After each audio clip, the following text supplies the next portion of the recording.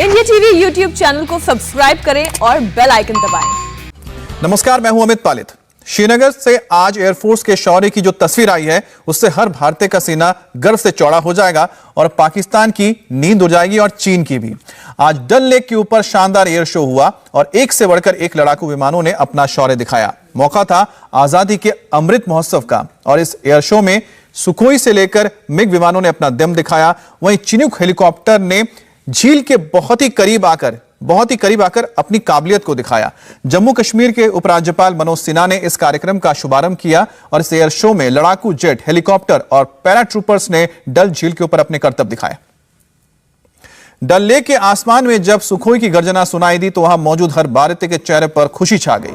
Sukhoi ने देश की ताकत को दिखाया। डल लेक के ऊपर जब सुखोई ने अपनी उड़ान भरी तो सबका जोश हाई हो गया। इस एयर शो की एक एक तस्वीरें हमारे डिफेंस एडिटर मनीष प्रसाद ने भेजी है, आपको ये रिपोर्ट दिखाते हैं।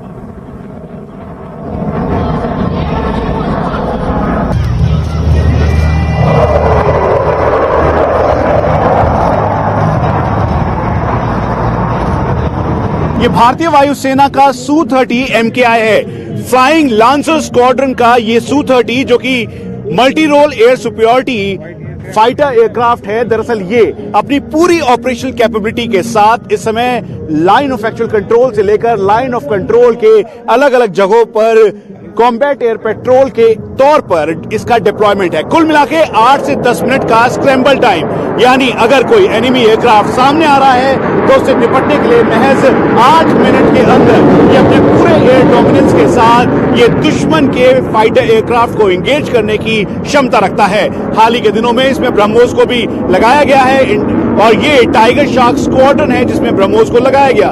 लेकिन इस समय डल के ठीक ऊपर इस समय Su-30 MKI अपनी पूरी ऑपरेशनल कैपेबिलिटी के साथ यहां पर वर्टिकल चार्ली, त्रिशूल फॉर्मेशन के साथ अलग अलग मैनूवर कर रहा है, लो लेवल फ्लाइंग कर रहा है। दरअसल ये बताता है कि भारतीय वायुसेना के ये एयर वॉरियर्स किसी भी एनिमी के एयरक्राफ्ट को पूरी तरह से कैपेबल हैं पीछे खदेड़ने के लिए। और यही वजह है कि जब एयर स्ट्राइक की गई तो उसके बाद कॉम्बैट एयर पेट्रोल के तौर पर ये Su-30 फाइटर एयरक्राफ्ट एक इंपॉर्टेंट रोल अदा कर रहे थे। हम आपको ये भी बता दें कि जैसे ही पाकिस्तान ने अपने F-16 को फ्लाई करवाया और एयर स्पेस को वायलेट करते हुए अंदर की तरफ आने की कोशिश की तो उसी दौरान MiG-21 बाइसन और साथ में Su-30 MKI के इस power packed combat air petrol ने ना तो केवल पाकिस्तान के इस एयरक्राफ्ट को F-16 को खदेड़ा बल्कि उनको पूरी तरीके से लॉक किया। और यही वजह है कि इस समय डल के ठीक ऊपर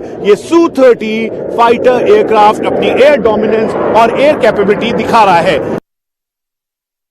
दुश्मन के रडार और साथ में एनिमी एयरक्राफ्ट को डॉज करने के लिए ये लो लेवल फ्लाइंग की जाती है। इसकी रेंज करीबन 300 मीटर्स पर है और ये Su-30 अलग अलग मैनूवर कर रहा है और सीधा 360 डिग्री टर्न और मैनूवर करते हुए ये सीधा आकाश की तरफ यानी बिल्कुल स्ट्रेट जा रहा है और ये मल्टीपल डायरेक्शनल मैनूवर है।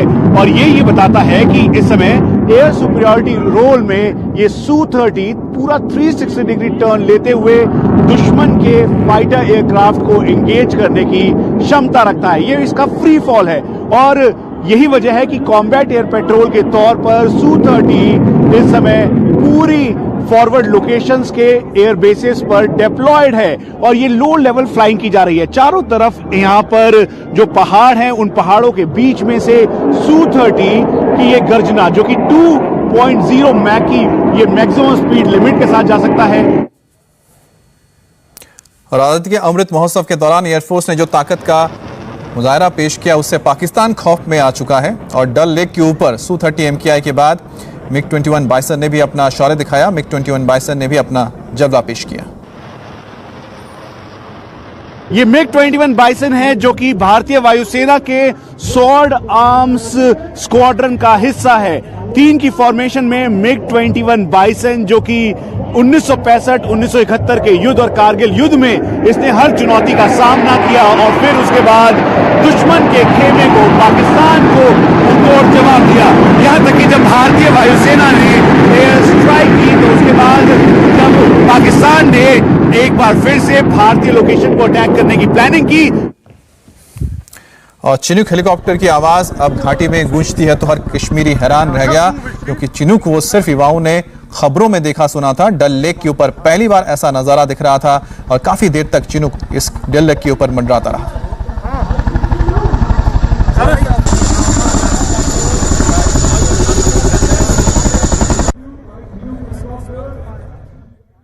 ये भारतीय वायुसेना के फेदरवेट चिनूक ट्रांसपोर्ट हेलीकॉप्टर्स हैं। कुल मिला के 10 टन कैपेसिटी के साथ ये आसानी से इक्विपमेंट्स, यहां तक कि M777 अल्ट्रालाइट हॉविट्जर जैसी आर्टरी गन्स को भी एक जगह से दूसरी जगह ले जा सकते हैं। और इस समय डल लेक के ठीक ऊपर ये मैनोवर करते हुए दिखाई दे रहे हैं। दरअसल इसे 25 मार्च 2019 को खरीदा गया और फिर भारतीय वायुसेना का ये हिस्सा बना। इस समय Chinook helicopter line of actual control से लेकर लाइन ऑफ कंट्रोल की अलग अलग लोकेशन पर डिप्लॉय है। 10 टन कैपेसिटी के साथ ये आसानी से ट्रूप मूवमेंट कर सकता है। करीबन 30 के लगभग ट्रूप, जिसमें पूरे बैटल लोड के साथ ये ऑपरेशनल कैपेबिलिटी और एयर डोमिनेंस के रोल में बहुत ही इंपॉर्टेंट है। और एयर शो में सूर्य किरण एरोबेटिक्स टीम ने भी अपना दमखम दिखाया, तो वहीं पैरा ट्रूपर्स ने पावर्ड हैंड ग्लाइडर के साथ डिस्प्ले किया। इसके अलावा आकाशगंगा स्काई डाइविंग डिस्प्ले का भी अद्भुत नजारा देखने को मिला। एयर शो को लेकर डल लेक के चारों तरफ सख्त सुरक्षा के इंतजाम किए गए थे। और कश्मीर में इस एयर शो का मकसद था कश्मीरी युवाओं को प्रेरित करना, और इस एयर शो का एक और मकसद था कि कश्मीरी युवा एयरफोर्स को समझें, जाने और उसे ज्वाइन करें। श्रीनगर के आसमान में जब आकाशगंगा टीम उड़ी तो सब हैरत में रह गए। आकाशगंगा से पैरा जंपर्स ने छलांग लगाई तो नीचे वाले देखते रह गए। छतरी माता की जय बोलकर 8000 फीट की हाइट पर Mi-17 V5 हेलीकॉप्टर से जंप लगाते हुए ये है आकाश गंगा टीम, भारतीय वायुसेना की आकाश गंगा टीम। ये ट्रेन्ड पैरा ट्रूपर्स हैं और ये सिक्योरिटी फोर्सेस को पूरी तरह से ट्रेन करते हैं। आगरा के पैरा ट्रूपर ट्रेनिंग स्कूल से यहां तक का सफर एक भव्यता की ओर इशारा करता है। डल के ठीक ऊपर Mi-17 V5 हेलीकॉप्टर से इन्होंने 8000 फीट की हाइट पर जब ये जंप ली तो हाथों में तिरंगा लिए और साथ में अलग अलग फॉर्मेशंस के साथ इस समय ये पैरा ट्रूपर्स नीचे ठीक जो मंच है वीआईपी का उसके ठीक सामने की तरफ जा रहे हैं। दरअसल ये इंस्पायर करता है यहाँ के युवाओं को, यहाँ के लोगों को, ताकि ये बता सके कि भारतीय वायुसेना हर तरीके से सक्षम है, चाहे दुश्मन के एरिया में घुसकर ऑपरेशन करना हो या फिर यहाँ पर जो युवा है उनको इंस्पायर करना। और एयर शो की शुरुआत में ही माइक्रोलाइट एयरक्राफ्ट उड़ा। कश्मीर घाटी में ये 2 सीटर एयरक्राफ्ट काफी देर तक उड़ता रहा। इस एयरक्राफ्ट से ट्रेनिंग दी जाती है। एयरक्राफ्ट करीब 2 से 2.5 घंटे तक हवा में लगातार उड़ान भर सकता है।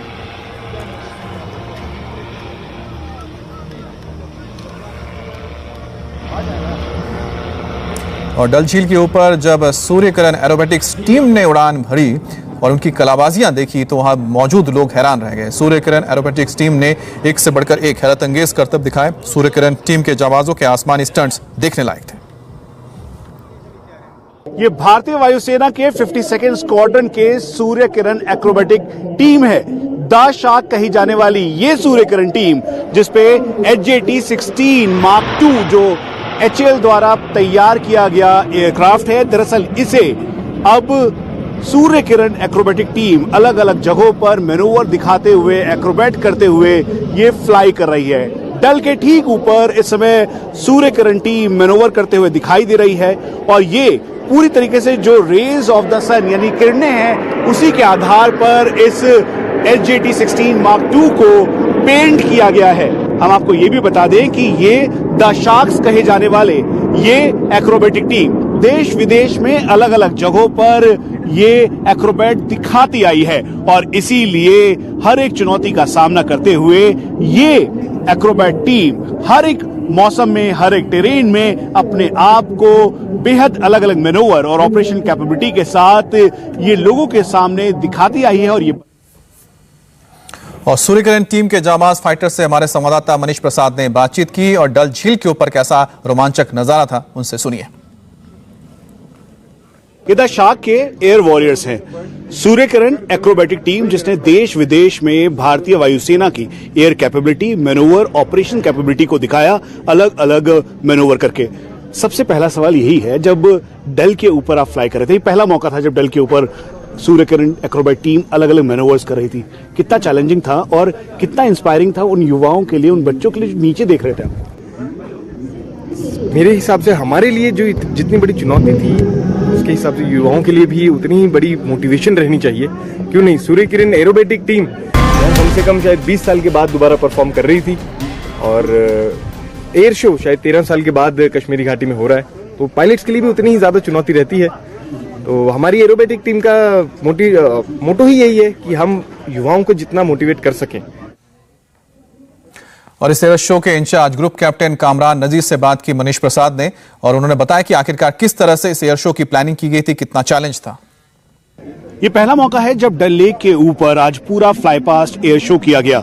हमारे साथ ग्रुप कैप्टन कामरान नजीर हैं। सर, कितना चैलेंजिंग था और खासतौर पे ये 15 सेकंड की विंडो जहां पे हर फाइटर एयरक्राफ्ट को आना है, अपने आप को दिखाना है और पूरे एक्रोबैट्स करते हुए मैनोवर करना है? जी हाँ, चैलेंजिंग है। मैंने आपको जैसे पहले भी बताया था और जैसे मैं बाकी सबको बता रहा हूँ कि बहुत बड़े चैलेंजेस थे। चैलेंजेस जैसे कि आसपास की पहाड़ियाँ जो किसी भी जहाज़ के लिए घातक हो सकती हैं। चैलेंजेस जैसे यहाँ के परिंदे, बर्ड एक्टिविटी बहुत है डल लेक के चारों तरफ। और तीसरा चैलेंज इंजन परफॉर्मेंस थोड़ी सी घट जाना जब आप 1.6 किलोमीटर्स अबव मीन सी लेवल आ जाते हैं। और ये चैलेंजेस एक के बाद एक हमने हैंडल किए। पहला चैलेंज हमने हैंडल किया अपनी बेटर प्लानिंग से कि हमने पहाड़ियों के आसपास ऐसे रूट बनाए कि कोई रिस्क इतना ना बढ़े कि खतरा ज़्यादा हो जाए। ये वक्त हो गया एक ब्रेक का, और ब्रेक के बाद दोपहर 3 बजे देखिए आईपीएल पर स्पेशल शो क्रिकेट धमाका।